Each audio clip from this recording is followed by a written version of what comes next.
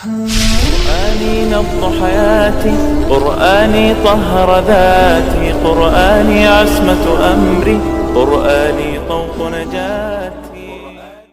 بولو بھائی، ہو چکی. جیسے حدیث میں آتا ہے لَتَفْتَحُنَّ الْقُسْطُنْطِينِيَّةَ وَلَنِعْمَ الْأَمِيرُ أَمِيرُهَا وَلَنِعْمَ الْجَيْشُ جَيْشُهَا، کہ تم ضرور بالضرور قسطنطینیہ استنبول پہ حملہ کرو گے اور اس کو فتح کرو گے، اور اس وقت کا سب سے بہترین امیر وہ ہوگا جو قسطنطینیہ پہ حملہ کرے گا، اور وہ لشکر سب سے بہترین لشکر ہوگا جو استنبول پہ حملہ، استنبول کا دوسرا نام قسطنطینیہ ہے، اس پہ حملہ کرے گا. یہ فضیلت سلطان محمد فاتح لے گیا. ہٹو بچوں، ہو گیا کہ نہیں ہو گیا؟ یہ فضیلت کس کے حصے میں آئی؟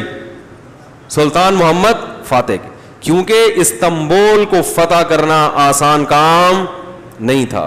ہم نے تو لائیو کوریج کی تھی نا وہاں سے. 1000 سال سے وہاں عیسائیوں کی خلافت قائم تھی. صحابہ گئے، تابعین گئے، تبع تابعین گئے، کوئی بھی فتح نہیں. تبھی مشکل کام تھا، تبھی تو نبی نے فضیلت دی. اور اس کی لوکیشن ایسی تھی جغرافیائی لحاظ سے کہ یورپ اور ایشیا کے درمیان.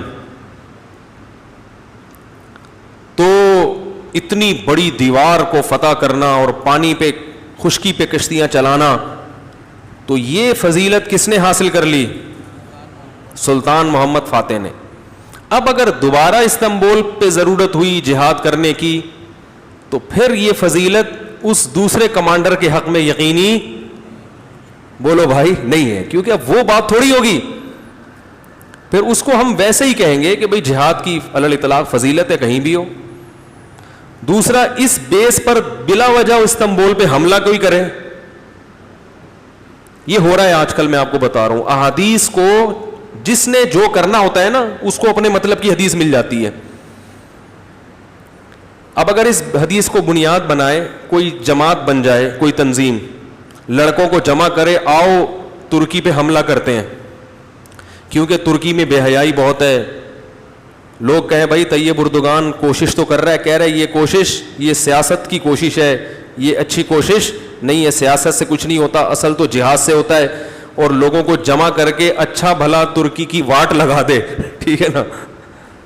اور جب دلیل پوچھی جائے تو دلیل دے. نبی نے فرمایا سب سے بہتر جہاد اور امیر کون سا ہے؟ جو استنبول پہ حملہ کرے. تو بتاؤ اس کا اس موقع کے لیے اس حدیث کا استعمال صحیح ہوگا؟ آواز گونج تو نہیں رہی؟ صحیح ہوگا؟ نہیں ہوگا. ہم گراؤنڈ ریئلٹی کو دیکھیں گے، بھئی اس لڑائی کا فائدہ ہے یا نقصان. چند اسلامی ملک رہ گئے ہیں گنے چنے جن میں تھوڑی سی پاور ہے، آپ نے انہی کے خلاف لڑائی شروع کر دی اسلام کا نام لے کر. اسباب کی دنیا میں آپ کے لیے فتح کی امید نہیں ہے، تو اس سے بھی جائیں گے. اب وہ کہہ نہیں حدیث میں آتا ہے کہ سب سے بہتر لشکر، تو بھائی وہ سلطان محمد فاتح یہ فضیلت حاصل کر چکا ہے. اب آپ کو زیادہ فنٹر بننے کی ضرورت، بولو بھائی، نہیں ہے.